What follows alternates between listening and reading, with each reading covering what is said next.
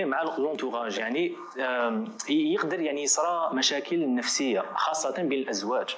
هل يعني تنصحهم يروحوا يشوفوا ثيرابيوت دو كوبل ولا يروحوا اذا ما قدروش، خاصه اذا كان هذا الشخير عادي ما قدرش يروح يعني داروا كل العلاجات وما قدرش، كيفاش يتعاملوا مع هذه الحاله؟ شوف هذا شيء يعني هاي اللي طرقت ليه باسكو يعني سي ان بروبليم سوسيال.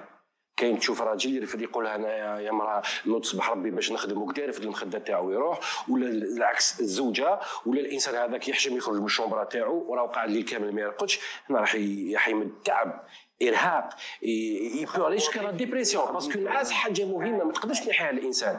يقدر ما ياكلش ويشرب ويطول يشد يومين 3 ايام ولازم ياكل، بصح الا ما رقدش نهار ولا يومين الانسان هذا راح يروح فيها تاع الصح. حتى ولو ما دارش بعد شال ديزاكسيدون في الزنقه ولا باغ ارهاق يقدر ينبست على ميلاتونين، يفا سكريتي ميلاتونين اللي هي تضبط المزاج وتطلع على سيروتونين.